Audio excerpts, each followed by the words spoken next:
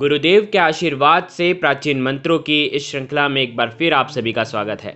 आज का ये वीडियो आपके जीवन में आपके कर्मों का क्षय करेगा। बहुत ही पुण्य उदय वाला ये वीडियो होने वाला है, इसलिए इस वीडियो को अंत तक जरूर देखिएगा। सनातन धर्म में एकादशी व्रत को सभी व्रतों में सर्वश्रेष्ठ बताया गया है।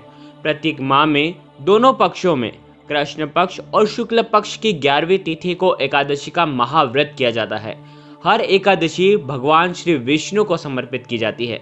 देव उठनी एकादशी के इस पावन दिन पर भगवान विष्णु 4 माह के योग निद्रा से जागते हैं और पुनः सृष्टि का संचालन संभालते हैं, जिसके बाद चातुर्मास की समाप्ति हो जाती है और सभी मांगलिक कार्य और आरंभ हो जाते हैं। कार्तिक माह के शुक्ल पक्ष की एकादशी को देवोत्थान, देव उठनी या प्रबोधिनी एकादशी के नाम से जाना जाता है। मान्यता यह है कि एकादशी के दिन भगवान विष्णु क्षीर सागर में जब वो शयन कर रहे होते हैं तो वो 4 माह के बाद जैसे ही जगते हैं तो वे बहुत ही प्रसन्न मुद्रा में होते हैं। भगवान विष्णु के शयन काल के 4 माह में विवाह आदि कार्य, मांगलिक कार्य नहीं किए जाते हैं, लेकिन देवोत्थान एकादशी के बाद से शुभ और मांगलिक कार्य शुरू हो जाते हैं। इस साल देवउठनी एकादशी रविवार यानी कि 14 नवंबर 2021 को है, लेकिन आपको तुलसी विवाह जो है वो आपको 15 नवंबर के दिन करना है। रविवार के दिन आपको पूजन नहीं करना है, क्योंकि रविवार के दिन तुलसी जी में ना तो जल चढ़ाया जाता है, ना ही तुलसी जी को स्पर्श किया जाता है। तो ध्यान रखिएगा, ये जो उपाय इस वीडियो में हम आपको बताने वाले हैं, ये उपाय आप 14 नवंबर को भी कर सकते हैं और 15 नवंबर को भी कर सकते हैं। इस दिन भगवान श्री विष्णु के साथ ही माता लक्ष्मी का पूजन करने से घर में धन धान्य के भंडार भर जाते हैं।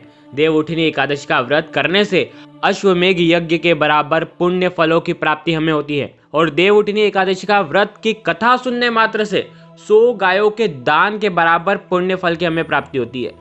हम 100 गायों का दान अगर नहीं कर सकते हैं तो हमें इस एकादशी के व्रत की कथा अवश्य ही सुननी चाहिए। और आज का ये जो वीडियो है ये गौ माता के ऊपर ही होने वाला है। गौ माता को आज के दिन आप ऐसी उत्कृष्ट चीज खिलाएंगे जिससे आपका सौभाग्य बढ़ेगा, पुण्य बढ़ेगा और कर्मों का क्षय होगा।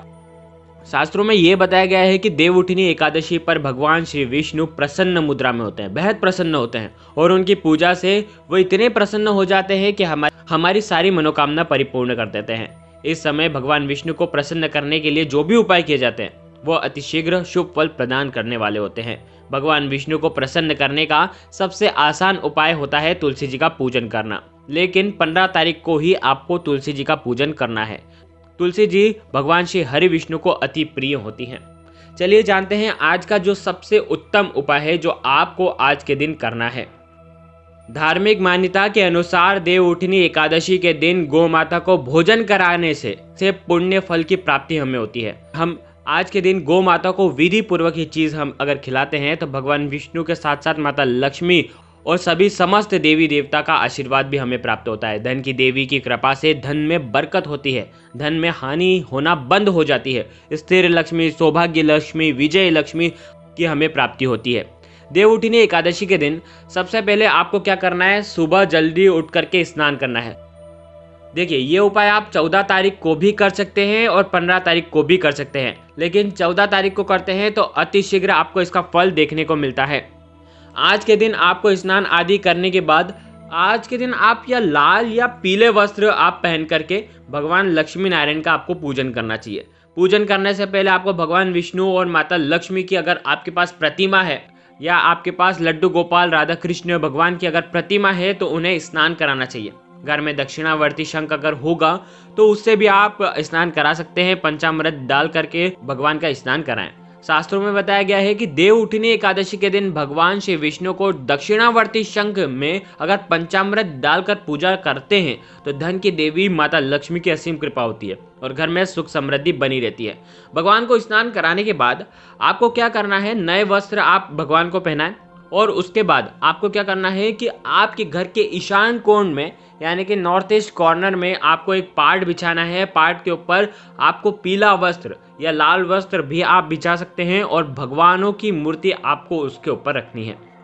ध्यान रखें, पाट को अच्छी तरह से साफ कर लें और अगर हो सके तो गंगा जल का छिड़काव भी आप करें और उसके ऊपर आप हल्दी से अष्टदल कमल भी आप बना सकते हैं या स्वास्तिक बना सकते हैं और उसके ऊपर आपको भगवान को विराजमान करना है। सबसे पहले आपको भगवान श्री गणेश को हल्दी और कुमकुम से तिलक करना है, माता लक्ष्मी और भगवान विष्णु को हल्दी और कुमकुम से तिलक करना है और उसके बाद आपको भगवान को भोग लगाना है। ध्यान रखें, आज के दिन अगर पीले मिष्ठान का भोग लगाते हैं तो बहुत ही उत्तम होता है। पीले मिष्ठान में आपको गुड़ का भोग आज अवश्य लगाना है, ध्यान रखिएगा। और आप आज के दिन सफ़ेद चीज़ों का भी भोग लगा सकते हैं। सफ़ेद चीज़ में आप बताशे का भोग लगा सकते हैं और साथ ही साथ मौसमी फल जो सिंगाड़े होते हैं उनका भी आपको भोग अवश्य लगाना चाहिए, क्योंकि माता लक्ष्मी को प्रिय होते हैं। ध्यान रखें, फल को आपको साफ करके, छील करके, धो करके आपको भोग लगाना चाहिए। भगवान को भोग लगाने के बाद आपको तुलसी दल भोग में अवश्य मिलाना है। शास्त्रों में बताया गया है कि भगवान विष्णु तुलसी दल के बिना भोग को स्वीकार नहीं करते। शास्त्रों में बताया गया है कि कोई भी पूजा, भगवान विष्णु से जुड़ी कोई भी पूजा, भगवान विष्णु के अवतारों से जुड़ी कोई भी पूजा हम अगर करते हैं, उसमें अगर भोग लगाते हैं तो हमें तुलसी दल अवश्य रखना चाहिए, क्योंकि भगवान विष्णु तुलसी दल के बिना भोग को स्वीकार नहीं करते हैं। तुलसी दल आपको एकादशी के दिन नहीं तोड़ने चाहिए और ना ही आपको रविवार के दिन तोड़नी चाहिए। ध्यान रखें, पहले ही तोड़ करके रख लें, या तो आप पुरानी तुलसी दल को भी शुद्ध करके जल से साफ करके आप इस्तेमाल कर सकते हैं। पीले रंग के जो मिष्ठान का भोग लगाएंगे वो भगवान विष्णु को प्रिय है और सफ़ेद रंग का जो मिष्ठान का आप भोग लगाएंगे वो माता लक्ष्मी को अत्यधिक प्रिय है। तो आपको दोनों चीज़ों का भोग लगाना है, बताशे का भोग लगाना है और साथ ही साथ गुड़ का भोग लगाना है। ध्यान रखें, और उसके अंदर तुलसी दल भी आपको अवश्य डालनी है।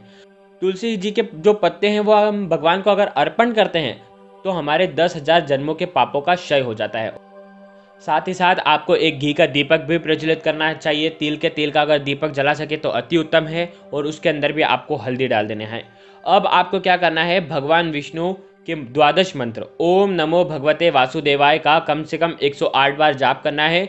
भगवान विष्णु से अपने जीवन की जितनी भी समस्या है, जितनी भी परेशानियां हैं, उनको दूर करने की प्रार्थना करना है, क्योंकि आज का दिन क्या है कि भगवान बहुत प्रसन्न होते हैं और इनकी प्रसन्न मुद्रा से हमारे जीवन के सारे काम हो जाते हैं, हमारे कर्मों का क्षय हो जाता है, हमारी हर मनोकामना परिपूर्ण होती है। बड़े भक्ति भाव से आपको भगवान श्री विष्णु की पूजा करनी चाहिए और आपके कर्मों का क्षय करना चाहिए। और साथ ही साथ हो सके तो ओम महालक्ष्मी नमः या ओम शिव नमः का भी आप जाप कर सकते हैं, बहुत ही शुभ माना जाता है। उसके बाद आपको आपके स्वयं के मस्तक पर भी तिलक करना चाहिए और भगवान विष्णु और माता लक्ष्मी को प्रणाम करना चाहिए। और उसके बाद आपको एक रोटी तैयार करनी है। ध्यान रखिए, उसी दिन की रोटी होनी चाहिए, बासी रोटी का आपको उपयोग नहीं करना है। एक रोटी बनाएं, बिना नमक के आटे की मड़ी हुई रोटी बनाएं। सबसे पहले रोटी लेना है, रोटी में थोड़ा सा गुड़ और थोड़े से बताशे रखना है और इसे आप आपके घर के जो भी पास में गौशाला है या गौ माता को आपको ये खिलाना है। आपको भगवान विष्णु का स्मरण करना है। ध्यान रखें, रविवार का उत्कृष्ट दिन है। अगर आप रविवार के दिन करते हैं तो गुड़ से आपका क्या होगा कि आपके जीवन में सौभाग्य की आपको प्राप्ति होगी, आपके जीवन में तेज होगा, सूर्य देव की उत्कृष्ट कृपा भी आपको इसमें मिलती है। और गुड़ जैसे ही आप खिलाते हैं, गुड़ और बताशे जैसे ही खिलाते हैं, तो भगवान विष्णु और माता लक्ष्मी की कृपा से धन धान्य के भंडार आपके जीवन में, आपके घर में भर जाते हैं। गौ माता को इस प्रकार रोटी, गुड़ और बताशे खिलाने के बाद गौ माता को प्रणाम करें। 33 कोटि देवी देवता का रूप गौ माता में मान करके गौ माता को प्रणाम करें और इन 33 कोटि देवी देवता को आप नमन कर रहे हैं, ऐसा भाव मन में आपको लेकर के आना है और गौ माता को प्रणाम करना है। अब आपको घर में आ जाना है और उसके बाद आपको क्या करना है, गुड़ और बताशे का भोग आपके पूरे परिवार में आपको प्रसाद के रूप में देना है। बड़ा ही आसान और असरकारक उपाय है। रविवार को करते हैं तो सूर्य देव की उत्कृष्ट कृपा आपके ऊपर बरसती है इस उपाय को करने से। ध्यान रखिएगा, तुलसी जी शालिग्राम का विवाह आपको 15 तारीख को ही करना है, सोमवार के दिन ही करना है। रविवार के दिन तुलसी जी को स्पर्श और जल अर्पण नहीं किया जाता। गुरुदेव के आशीर्वाद से प्राचीन मंत्र, यंत्र और उपाय आपको प्रभावना के रूप में दिए जा रहे हैं। आपके अपने इस चैनल को लाइक करें, शेयर करें, सब्सक्राइब करें और बेल आइकन को जरूर प्रेस करें। जय माता रानी, जय गुरुदेव, प्रणाम।